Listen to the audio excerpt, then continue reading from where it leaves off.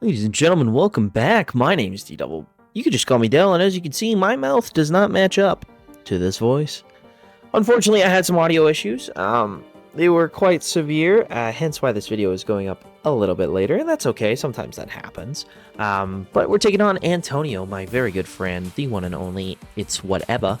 Wonderful content creator. Ant has been honestly grinding lately. And dude just makes really good content. He's extremely relatable. Ant is all of us when we're playing mods, the highs, the lows, and just an overall just awesome person to watch. Makes some funny content. So if you haven't already, please go check him out. And if you're new to our channel, please leave a like down below. Check out some other videos that we got kicking around on the channel as well once you're done with this one. But as you can see, Ant has quite the team on his side of the field there. The Glastrier, he's got the Meowscarada, Scizor being a big issue, a couple things like that. We're locked and loaded though. We have the Heatran and a couple other fun little guys, but I didn't bring Solgaleo this week, and that was a topic of discussion that myself and my front office really went back and forth on, as Ant gets this lead perfect, leading Donphan into my Heatran. I led Heatran because Ant has been liking to lead the Calyrex, so I was like, you know what, I'm going to get this out of the way, and we're just going to try to punish immediately.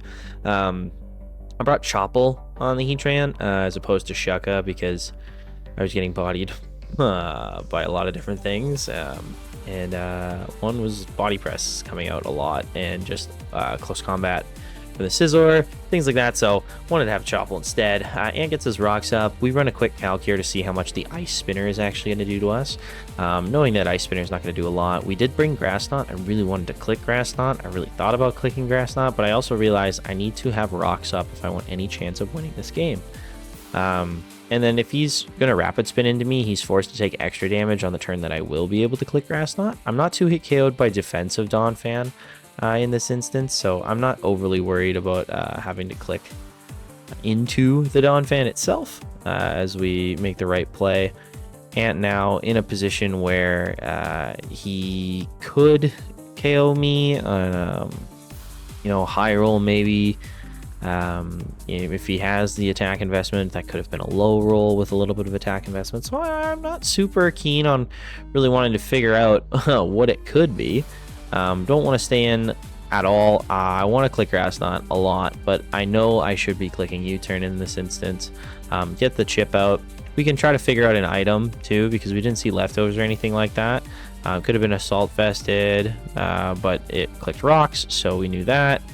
U-turn and we see the helmet, so that's good information for us. I know Urshifu can come in on any hit, especially if it's just a rapid spin or something like that.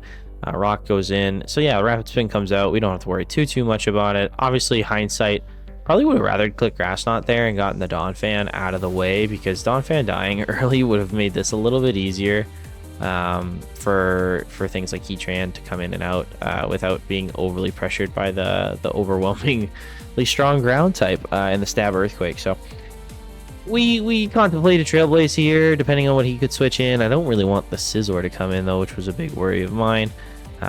Thinking about it, thinking, okay, I'm gonna get revenged by a Bullet Punch anyways. I don't want to give him like Glastrier for free. I don't want to give him, the Glow King for free if he does hard call me clicking Trailblaze. We decide Wicked Blow at the end of the day is going to be our best option. He withdraws, and he brings up Big Ticket. This thing, Walking Wake, is surprisingly bulkier than I expected. That being a crit, and it's also boosted. Not doing as much as I thought it would. Honestly, I was really hoping it would do more. Now, this Walking Wake ends up being a humongous issue, and I really wish I'd played this out a little bit differently here. I do go into my Dozo as he doubles and makes a really good play, knowing that I don't want to lose my Urshifu. Him thinking that I'm going into Heatran though, kind of fair on like a Draco or something like that, Dragon Pulse. So it makes sense. I could have went into Diancie there as well, trying to hard call something. But it turns out that the Walking Wake actually is Specs. Now, Specs Walking Wake was not something I was prepared for at all. I really thought Scarf was going to come to outpace the Ogerpon, something like that. As we click Yawn here, Yawn in that instance was a really good option for me. in case, because if Wake was going to hit me, I was going to switch out anyways. It was just meant to kind of absorb a hit and then bring in something like the Urshifu with it at -2 if it was to Draco. Unfortunately, Scizor comes out. He makes a good play. Yawn is really nice, though, because he's now in a position where he has to cycle out the Scizor. Hindsight, probably could have just attacked into it in the sense of clicking something like a Yawn there would have been better. You know, like I didn't have to click the attack. I could have just yawned again. The Scizor, if it stayed in, was going to click Trailblaze. If it didn't, it was going to sleep. So double yawn was probably a better option. Now we're in a position where the Calyrex is out. I've barely chipped it. We did see that it is we haven't seen the item yet, obviously. So also a little bit tricky to play around. And then we see Seed Bomb, which is really, really great coverage from Ant. It's really hard to play into something like that where they have a really good option into you. And then I'm staring at this and I'm like, I don't really have a great switch into this outside of Urshifu and offensively checking it. Now, if it's Culver or something like that, potentially could have lived one. So seeing him switch out, we know not Culver. Obviously, rocks are still gone. Round Mound is 2-hit KO'd by that, but I'm taking Rocky Helmet damage, which is not fun. Obviously, you don't want to be in a position where you're taking Rocky, and then the Wake gets to come in for free, or Rocky, and the Scizor can come in. SD Scizor becomes really scary at that point. You're forcing yourself into a situation where, you know, you might have to play around a Bullet Punch. Things like that are just not enjoyable, especially playing into Ant's team. Ant's team quite good. Me and Ant finish, you know, like near the bottom of the standings, kind of no matter what. Just with both of our records being on the lower end of things, especially this week. Obviously, one more week to play, so we might be able to jump up a little bit because the bottom half of BBL is quite close. So, you know, anywhere from 18 all the way up to like I think 13 is like kind of up for grabs. Just depends on who's won and who's lost this week. In this instance, now Meowscarada comes out, and our Meowscarada check is the Lando, outside of the fact that Triple Axle does exist, which is what the Heatran's for. It's Flame Body Heatran. So if we can, you know, kind of pressure with a Flame Body Heatran, catch a burn on the Meowscarada, something like that's really nice. Obviously, I have to sack down Dozo here. Dozo not getting off as much as I would have liked it to is a little unfortunate. Because losing Dozo early means our Walking Wake check has kind of vanished, which sucks. We want to be in a position where we can have a Walking Wake switch in and it not just be this Heatran, because Heatran is continuously taking rocks because I didn't bring boots, knowing I needed to bring the Chopo Berry. At this point, there's a couple things that we're considering. You want to be in a position where, you know, you have options late game, and Heatran in this moment kind of does that. Especially, you know, if we hit a Magma Storm here, it's really good. There's nothing that wants to switch into a Magma Storm. I do wish I had a better offensive fire. Heatran's really, really nice, but I just wish it had a little bit more speed. We click Magma Storm. It's going to do a great chunk of damage because we crit. Now, the crit in this instance really does matter. It puts him into a range where I can click Earth Power safely. I don't have to worry about missing another Magma Storm or anything like that. Magma Storm into the Fiery Vortex after the fact might have put him into range where I could have potentially killed him with an Earth Power, but it all would have depended on his set.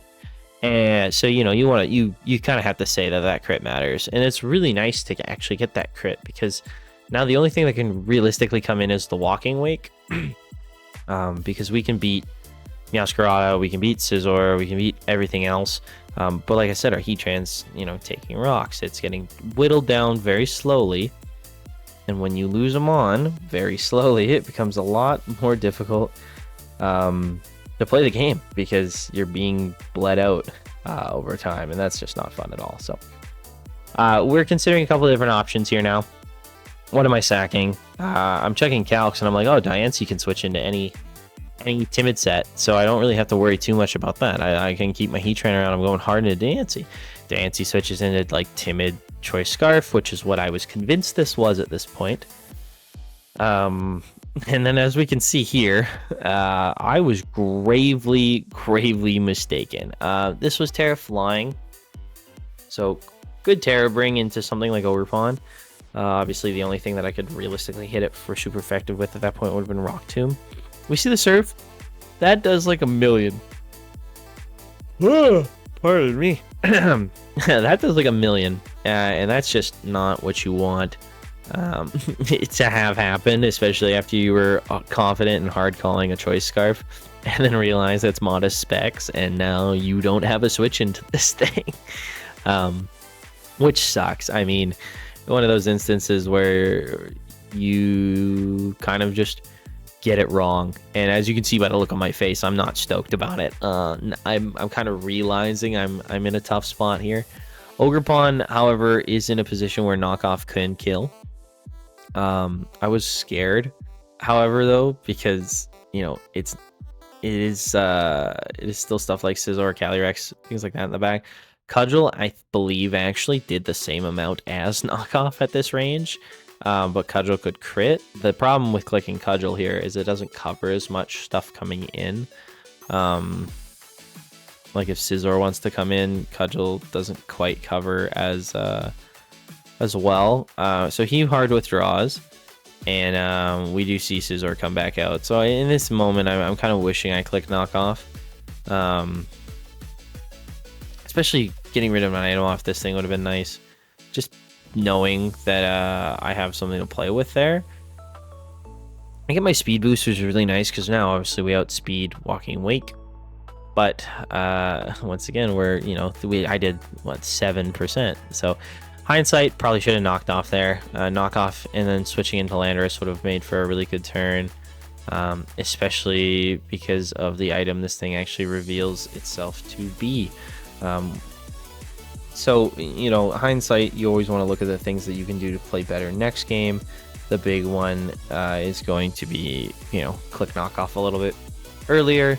Make sure that we're not messing with the camera and things like that as much. Don't lose your game footage. Like I said, guys, I've been having issues with this webcam for a while here, and it was fine my last couple of recordings, but there it is. There's the clear amulet. So super unfortunate if we'd knocked off the clear amulet. This thing would have taken Intimidate and actually been at -1. We might have actually been able to take close combat into Bullet Punch. But now we're in a position where I can't do that. And, you know, we have to check if it's in the back. You got to make sure that the Scizor goes down. The problem is they're not going to get the Scizor to go down. So, yeah, it's one of those ones where, you know, click knockoff there and it might be a completely different game. Which is, you know, I'm very thankful for this season, especially for instances like that where you can kind of reflect and look at, okay, bigger picture, what did I do right and what did I do wrong? And what I did wrong was not knockoff. So Heatran in this position, though, is what I'm doing right. This being here is an awesome opportunity for me. Magma Storm picks up a KO on basically anything that wants to come in. So really good click for me as long as I hit it. If I clicked Will-O-Wisp here and I might have been in a slightly better position. Obviously, this thing has Unnerve too, so I can't even eat a DeBerry from like in front of the Calyrex. So, you know, maybe I should have clicked Willow there. Maybe I should have had the confidence that he wanted to preserve the Scizor, because the Scizor actually is the one thing that beats my Ogerpon in the end game. So knowing that, probably should have clicked a Will-O-Wisp there and then clicked Magma Storm and opened it up for Ogerpon or Urshifu at that point. Knowing I have to keep Heatran around to beat Scizor, and knowing I have to have Ogerpon around to beat Meowscarada, I unfortunately in this moment have to sack the Urshifu. I know Ant, when we talked about it after the game, Ant was really confused why I sacked the Urshifu here, and that's the big reason why. I just wanted to get, I wanted to keep my 2 win cons around and kind of hope for a choke. Obviously, Sucker Punch, Wicked Blow, those are awesome, tools, but as soon as I lose Heatran, I lose to Scizor. I know that for a fact. As soon as I lose Ogerpon, I lose to Meowscarada. So, one of those instances where you're damned if you do, damned if you don't. The only way you can win it is if your opponent really misplays, which is what I'm hoping for here. Magma Storm is going to connect. It's going to do big damage. It does pick up the KO. However, we're now in a situation where I have taken too many turns of rocks, and certain things like this guy can take full advantage of that and just beat me outright. So I now have to either have Ant misclick and click something dumb in this moment, or get really lucky and somehow beat Scizor with no Pokemon. So I know it's done at this point. It's really just like trying to play for a differential if I can, try to bring it back as much as possible, hoping Ant misclicks, maybe clicks Terra Blast Flying, which in this turn would have been really good for me. It would have given me at least a chance at it. As you can see, I go all the way down to the timer because I was really not sure what to do. Obviously, Ant, knowing he's Choice Specs, Modest, knows he 2-hit KOs Ogerpon with the Surf. So it doesn't matter what he clicked in that instance. If I went Ogerpon on the Surf and then revenged it, still wouldn't have changed anything, unfortunately, because Scizor still beats both Mons with the combination of it and Meowscarada after that. So what can you do, man? Ant played really well. I think Ant prepped super well too. Ant's team into me also one of the I'd say it's one of the better ones.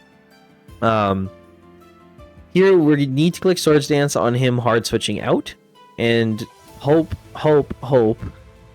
that he throws the game away by going like into Meowscarada or something like that. Because I know I need to Swords Dance to KO the Scizor with a knockoff.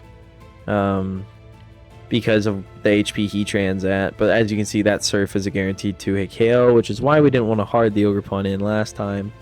Yeah, so trickier situation. Nothing we could really do about it. But, like I said, Ant played really well. I have to tip my hat to him.